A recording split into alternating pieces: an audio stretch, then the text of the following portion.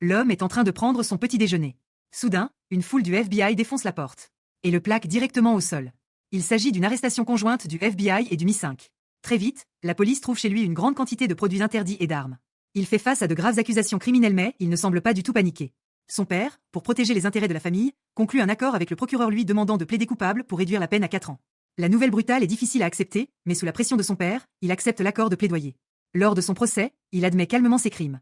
Mais le juge estime que la possession d'armes lourdes servait à protéger ses produits interdits. Selon la peine minimale, il est condamné à 10 ans de prison. C'est alors qu'il réalise que lui et son père ont été piégés par le procureur. 7 mois après son incarcération, un gardien le conduit soudainement à l'infirmerie. Et là l'attendent le procureur qui l'a piégé et une femme. La femme se présente comme informatrice du FBI.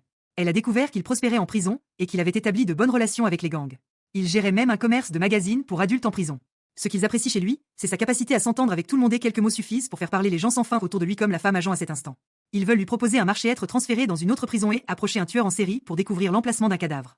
Ils soupçonnent le tueur d'avoir tué 104 jeunes filles, la police n'en a retrouvé qu'une seule. Ils doivent trouver d'autres corps pour pouvoir le condamner. Mais cette prison est un enfer réservé aux criminels psychiatriques. Il refuse immédiatement la proposition. L'agent propose alors, s'il trouve l'emplacement du corps, sa peine restante sera annulée. Mais il refuse toujours.